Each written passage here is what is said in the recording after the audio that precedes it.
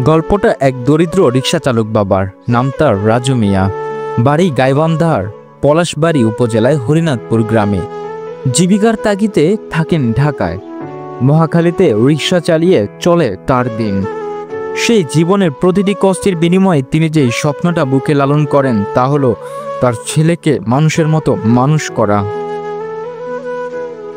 তার ছেলে রেজওয়ান ইসলাম সদ্য স্কুল পেরিয়ে কলেজে ভর্তি হওয়ার প্রস্তুতি নিচ্ছে। কলেজে যাতায়াতের জন্য রেজওয়ান একটি বাইসাইকেল চাইছিল। বাবাকে বলা মাত্রই ছেলের ইচ্ছেটাকে নিজের স্বপ্ন বানিয়ে ফেলেন রাজু। 1 মাস আগে মাত্র 1500 টাকা দিয়ে একটি পুরনো বাইসাইকেল কিনে ফেলেন ঢাকায়। কিন্তু প্রশ্ন ছিল সেটি কিভাবে বাড়ি পাঠাবেন। বাস ভাড়া লাগে প্রায় 3000 টাকা। ঈদের খরচ সহ রাজুর কাছে ছিল মাত্র 2500 টাকা। তাই ভাড়া দিয়ে সাইকেল পাঠানো তার পক্ষে অসম্ভব। কিন্তু ছেলের মুখে হাসি ফোটানোর জন্য তিনি থেমে যাননি। এক ব্যাগ কাপড় আর একটি দৃঢ় প্রত্যয় নিয়ে বৃহস্পতিবার ফজরের নামাজ পড়ে ভোর 5টায় মহাখালী থেকে সাইকেল চালিয়ে রওনা দেন গাইবান্ধার পথে। 21 ঘন্টা 200 কিলোমিটার পথ, শুধু একটি লক্ষ্য, ছেলের মুখে হাসি ফোটানো।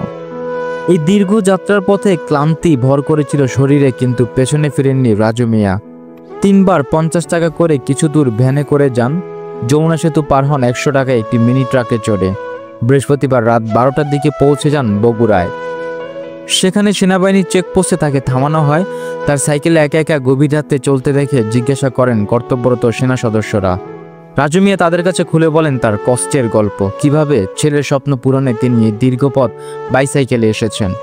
এই সরল নিঃস্ব কিন্তু ভালোবাসায় ভরপুর বাবার কথা শুনে সেনা সদস্যদের চোখে পানি এসে যায়। তারপর তারা নিজেরাই রাজুকে সাইকেল সহ একটি ট্রাকে তুলে দেন শুকনো খাবার আর বলেন, ভাই আপনি এক মহান পিতা। রাজু মিয়ার মুখে তখন হাসি। এক সাইকেল ছেলের কাছে পৌঁছবে, বাবার স্বপ্ন পূরণ হবে। রাজু বলেন, সাইকেলটা ছেলের খুব দরকার ছিল। আমি জানি না এতটা পথ কিভাবে পার করেছে। সেনাবাহিনীর ভাইয়েরা সাহায্য না করলে হয়তো পৌঁছাতেও পারতাম না। আল্লাহ তাদের মঙ্গল করুক।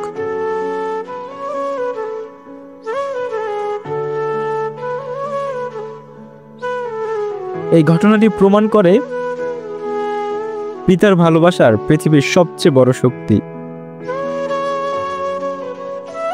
তিনি হয়তো নামি দামি কেউ না, ধনীও না, কিন্তু ভালোবাসা আজ গোটা সমাজকে কাঁদাচ্ছে। এই গল্পটা শুধু একটা সাইকেল পৌঁছে দেওয়ার নয়, একটা স্বপ্ন, ত্যাগ আর নিঃস্ব ভালোবাসার এক নিখাত উদাহরণ।